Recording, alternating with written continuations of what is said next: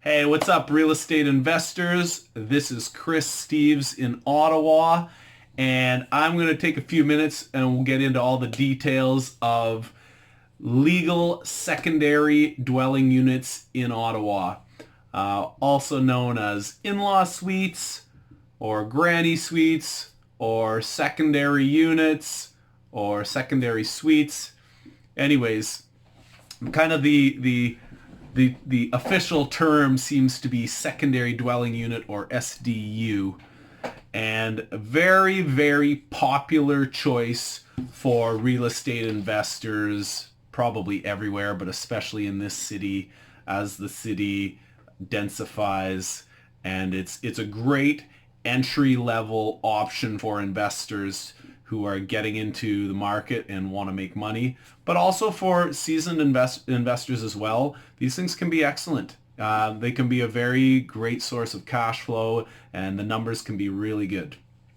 So you want to learn about this stuff. I'm going to break it down through kind of three ways, 3 points. Number one is your numbers. By far the most important of any business decision, knowing your numbers. Number two, knowing the property and knowing that market. And number three, the ins and outs of the secondary unit itself, the building codes, the regulations, and what you need to know to make it legal. So right off the bat, knowing your numbers, this is a business or investment like anything else. You need to know what your costs are. You need to know what your expenses and what are you going to get at the end. So you've got you're going to purchase it for X amount. You've got a handful of costs in the middle, and you're either going to sell or refinance it at the end. And you need to know, does this thing make money? Is it profitable? Does the income or revenue exceed the expenses? That's what this is all about. So you're going to have a purchase price. You got to buy the property. You're going to have carrying costs. It's going to be property tax, mortgage payment, utilities costs, etc. on a monthly basis. After carrying costs, you're going to have soft costs, fees, permits, etc. You gotta pay the city a building. I believe the building permit for something like this is like $200, which isn't too bad. But you're gonna probably pay a designer or architect for drawings. That can be a couple grand pretty quick. So you've got a bunch of soft costs there. Then you've got hard costs for the building itself, the construction. How much is this going to cost? Talk to your contractors. Get a bunch of quotes. Make sure your contractors know how to do secondary dwelling units, and they know what to do, all the building codes, all the costs, etc. The more experienced guys it's worth spending the money on. But so you've got the hard costs of construction, and you've got to add all this up and figure out, you're spending X amount. Is it going to be worth it? It needs to be profitable, needs to be worth all the time and money that you're going to spend. And, I'm just going to be straight up with you guys.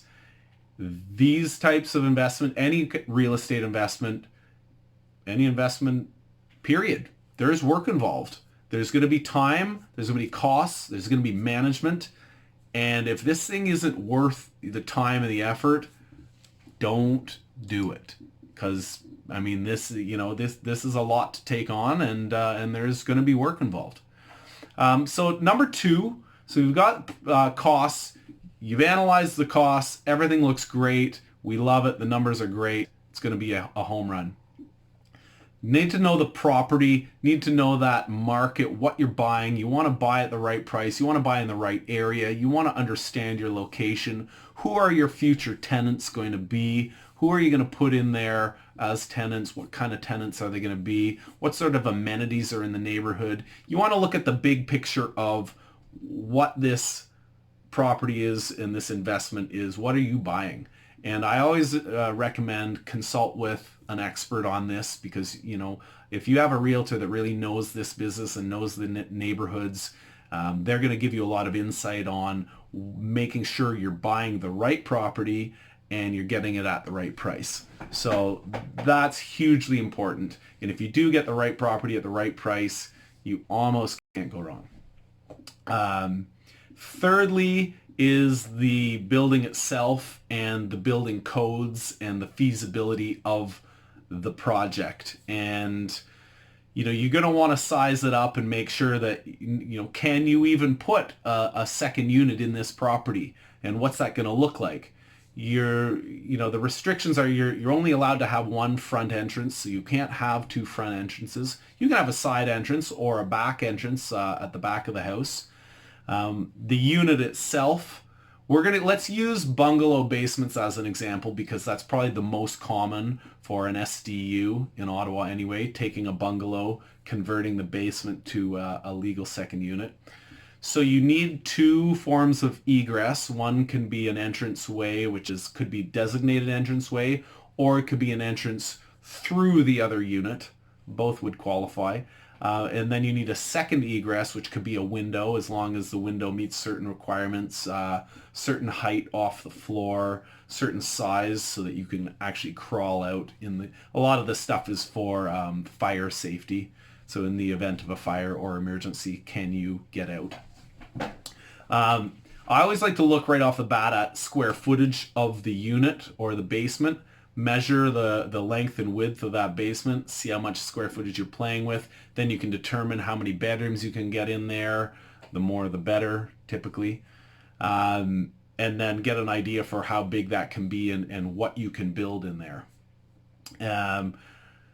So getting into the separation of two units. This is another one that's important, that is a requirement by the City of Ottawa, is separating the two units with fire-rated drywall. It's got to be minimum 5/8 of an inch thick.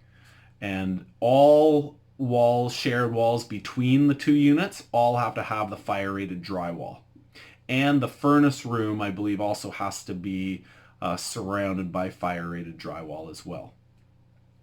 And what else do we have? Windows sizes, I believe, for common rooms have to be minimum 5% of the gross floor space of that room. So there is a requirement for the size of the windows. Bedrooms, to qualify for as a legal bedroom, bedrooms have to be a certain size. Minimum size, I believe, oh geez, I wanted to say 10 by 10, but I don't know if that's accurate. I'll double check that. But then the windows as well have to be a certain size. I believe it's 3% of the gross floor area of that bedroom. Minimum shortest side of the window, I believe minimum has to be 18 inches. And I believe that's to form an egress window. So what else is another one is the height of the ceilings. This is an issue for a lot of basements. They're not high, they're not tall enough. And so in order to be a legal unit, the ceiling height has to be, I believe it's minimum 6'11", except for where the ducting is or bulkheads, it can be minimum 6'5", and the bulkheads can only be a maximum of 20% of the gross floor area. So, the bulkheads have to be, at most 20% of the floor area. So you probably need to start with a basement that has kind of minimum 7-foot ceiling height. Ideally, it's more than 7 feet because you're going to need clearance for flooring and for the ceilings. For drywall, for tiles, for flooring, for insulating potentially. So you're going to need a little extra space there. So that kind of covers minimum ceiling height. The unit itself is the secondary dwelling unit can only be, or has to be, a maximum of 40% of the gross floor area of the entire home for both units combined. So the secondary unit can't be bigger than the main unit. It has to be smaller. And I'm sure there's some gray area with that one. But yeah, let's talk about separating the utilities of these things. It is required in Ottawa that you have two separate electrical panels, but you don't have to have separate hydrometers. I recommend doing separate hydrometers because then you can have the tenants pay for their own hydro and it can be separate and you don't have them fighting over who's using how much electricity. There's no problem between landlord and tenant. It's separated. They pay their own. They put it under their own name. The easiest, cleanest way to do it. And then separating the heating. There's a number of ways you can do that. Pretty common one in Ottawa is, have your natural gas furnace either heating the whole home and the landlord pays for it, or maybe it heats just the main floor and the lower unit is on electric baseboard or electric heating, and you let the basement tenant pay their own electricity and their own heating, and then the main floor tenant pays for the gas bill, which is the furnace, and that's your way of separating the two. Some people might do two separate furnaces, one for each unit. It starts to eat up a little bit of space, and it gets a little more costly to buy the furnace and the ducting, etc. So it really depends on the property and how much space you have and what the setup is. It can help determine how to separate the heating and what you're going to do there. Then getting outside parking, you want to think about parking. Where are these tenants going to park? Ideally, you're going to want separate parking lanes for each tenant. Widen your driveway if you can. You're not allowed to build two separate driveways for a single home. City doesn't allow that. If it was a corner unit, I believe they do allow a second driveway off the other street if that's a possibility for that property. What else we got?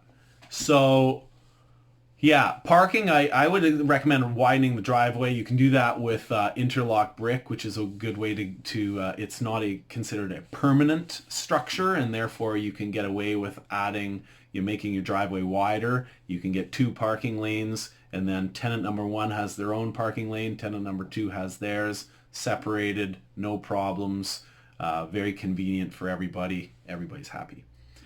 And that kind of wraps it up, to cover a lot of the basics. Just to reiterate, number one is knowing your numbers. By far, most important rule. Really understand the entire cost before you undergo doing a project like this.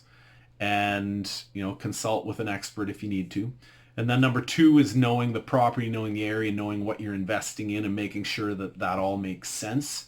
And then number three is making sure that your building has, proper clearance, proper size, and is going to, allow for a legal second unit. And, that involves understanding the building codes, etc.